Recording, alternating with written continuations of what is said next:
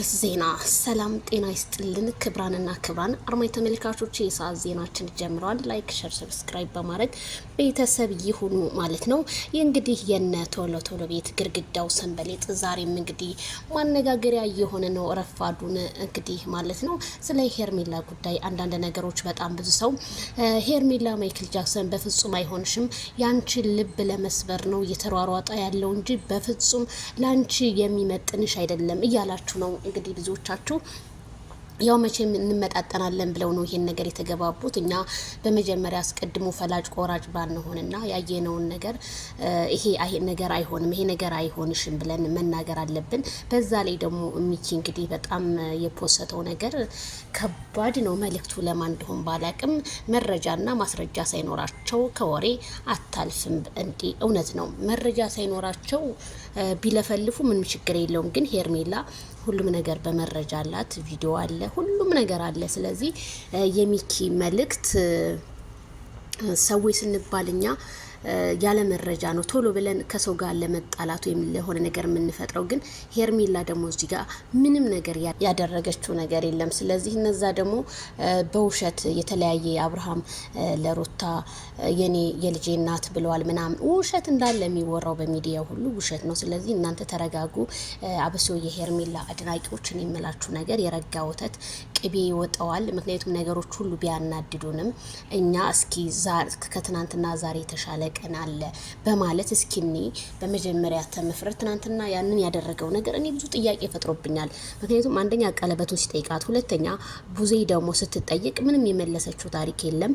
ቡዜ ለምን ቪዲዮውን አይቻለሁ ግን እኔ በቦታው ላይ አልነበርኩም ነበረ ብላ ጥያቄ እንኳን ይሄንን አላቀረበችም። ቡዜ ራሱ ዝም ስላለች በጣም ብዙ ሰው ነው በቡዜ የተናደደውና ቡዜ እንዴት ዝም ማለት? ትልቅ ሰው አይደለችም ወይ? ይሄን ነገር ለማረጋጋት አትሞክርም ወይ? ወይስ ነገሮቹ እንዲበርዱ አትፈልግም?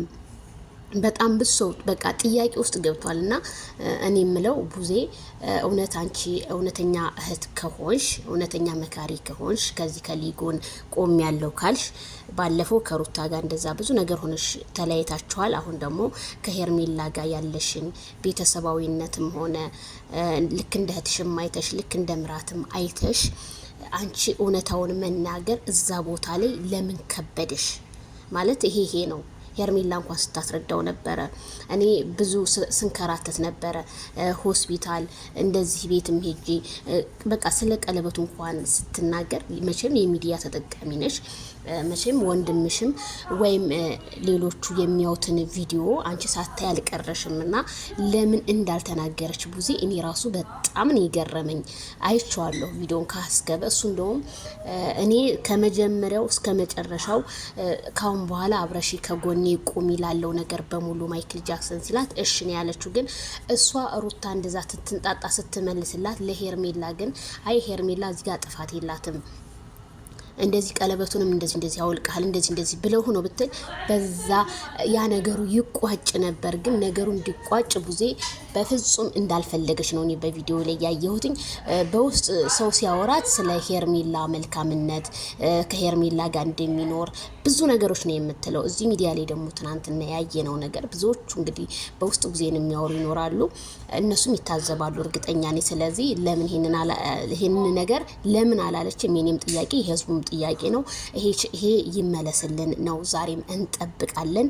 ስለዚህ አንዳንዴ ማስረጃና እንትን ሳይኖራቸው የሆኑ ሰዎችን ጢር የሚሉት ነገር ነገጧት መስዋዕት ያስከፍላቸዋል ብዬ ነው የማምነው። ስለዚህ ሄርሜላ ከረሜላ ዛሬም ነገም ገናና ናት።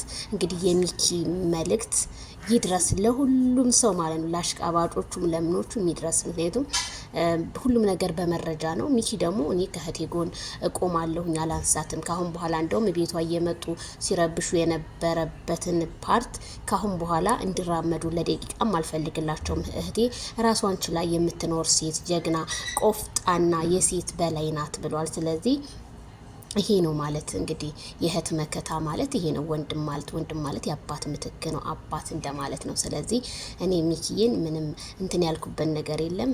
የፖስተው ነገር ምናምን ዚዳንጩ ምናምን ለምትሉ ፖስቱ ይሄ ነው። ምንም የሚጨመርም እንትን የሚባል ነገር የለውም።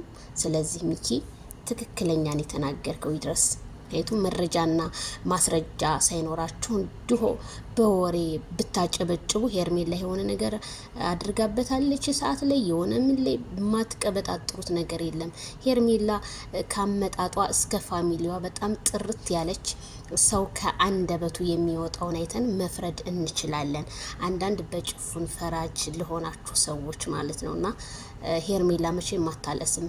ብታለቅስ ሄርሜላ ትናንት አለቅስ ነበረ። ትናንትና ግን ቆፍጠን ነው ያለችው። እኔ ስበሳጭ ሳለቅስ ዝም ብላ አይደል እንዲያየችው።